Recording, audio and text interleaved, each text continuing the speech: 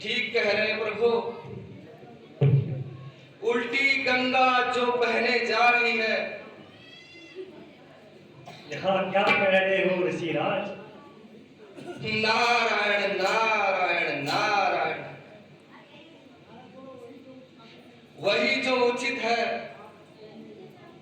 आप अपने में ही मस्त हैं, हम चाहे कष्टी क्यों न भोगे। आपकी बला से हमारी नारायण को काहे की चिंता। रावण आदि राक्षसों को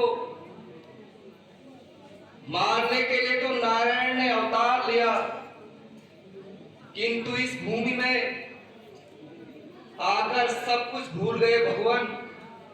नारायण नारायण नारायण। समझा, अब सब कुछ समझ गया, किंतु देवर्षि, रावण आदि को मारने का समय अभी नहीं हुआ। तभी तो कहा प्रभु,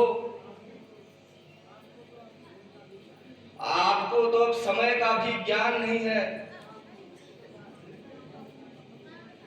तो क्या त्रेता युग का प्रथम चरण बीत चुका है? हाँ भगवान, कल आपका राज्य अभिषेक भी होने जा रहा है। जब राजकाज में फंस जाओगे तो आगे आप कुछ नहीं कर पाओगे।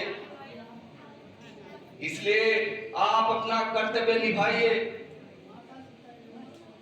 माता सीता एवं लक्ष्मण सहित कल ही वन को प्रस्थान कीजिए। ठीक है,